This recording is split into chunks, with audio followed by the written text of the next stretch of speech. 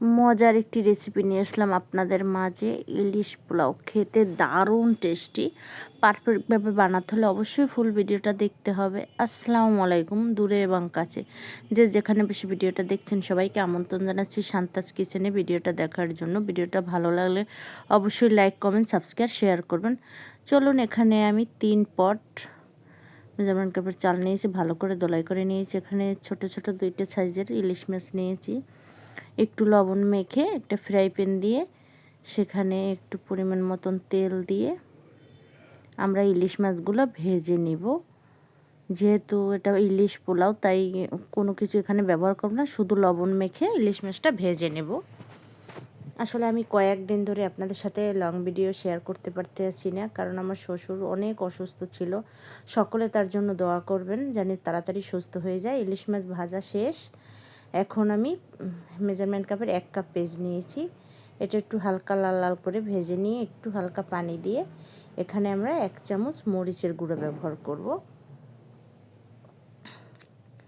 তারপর এখানে আমি কিছু লেবু দিয়ে একদম টক দই বানিয়ে নিয়েছি। এটা দিলে বেশি ভালো হয়, গুঁড়ো দুধ মিক্স করে এটা দিয়ে। তারপর পোস্তদানা, বাদাম এটা বাটা দিয়েছি, কিছু কাঁচামরিচ দিয়েছি, গোলমরিচ দিয়েছি।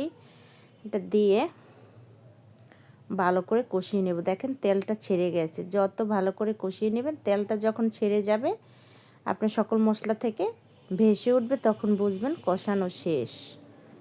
এই পর্যায়ে আমরা মাছগুলো দিয়ে একটু হালকা কষিয়ে নেব। যেহেতু কড়া মাছটা ভাজা আছে তাই ভেঙে যাবে না, আলতো হাতেই আমরা কষিয়ে নেব। তারপর পানি দিয়ে দিব। কিছুক্ষণ আমরা জ্বালিয়ে নিব। ইলিশ পোলাওটা আসলে খেতে অসাধারণ হয়।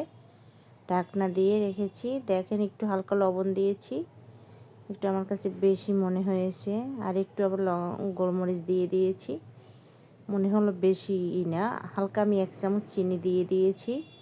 দেখেন তেলটা ভেসে ভেসে উঠছে। এই পর্যায়ে আমার মাছটা হয়ে গেছে। এখন ঢাকনা দিয়ে রেখে দিব। চলুন আমরা পোলাও বসিয়ে দিব। আমি এখানে পেঁয়াজ নিয়েছি, যেহেতু পোলাওর পেস্টটা বেশি একটু লাল করব না। গরম মশলা নিয়েছি, পেঁয়াজ, দারচিনি, এলাচি, এটা নিয়ে ভালো করে কষিয়ে নেব। হালকা ব্রাউন কালার যখন পেস্টটা হয়ে যাবে, সেই চাল দোয়াটা আমি ঢেলে দিচ্ছি। চালটা ভালো করে ধোলাই করে আমি জাপিতে ঢেকে রেখেছিলাম। এটা ভালো করে কষিয়ে নেবেন। যত চালটা বেশি আপনি ভেজে নেবেন, তাহলে পোলাওগুলো একদম আস্তে আস্তে হবে। পোলাও হয়েছে এটা টিপস। আপনারা খোলামেলা পাতিলে রান্না করলে আরও বেশি ভালো হয়। আমি সেদিন এত তাড়াহুড়া ছিলাম, গরম পানি দিয়ে দিয়েছি। যতটা পোলার চাল তার ডাবল গরম পানি দিয়ে দেবেন সব সময়, তাহলে পোলাওটা একদম ঝুরঝুরে খুবই পারফেক্ট হবে। একটু হালকা লবণ দিয়ে দিয়েছি, 2-3টা কাঁচামরিচ দিয়ে দিয়েছি। এখানেও আমি 1 চামচ চিনি ব্যবহার করব। হালকা একটু মিষ্টি মিষ্টি লাগবে, ভালো লাগবে। দেখেন পোলাওটা প্রায় হয়ে গেছে, ঢাকনা দিয়ে রেখে দেব।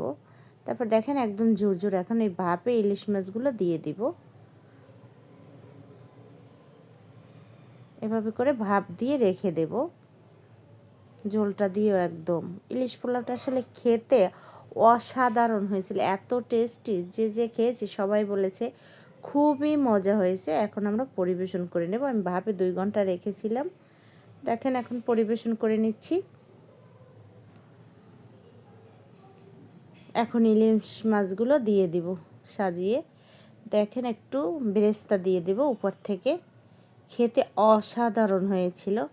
সবাই ভালো থাকবেন, সুস্থ থাকবেন, নিরাপদে পথ চলবেন। অবশ্যই আমার জন্য দোয়া করবেন বেশি বেশি।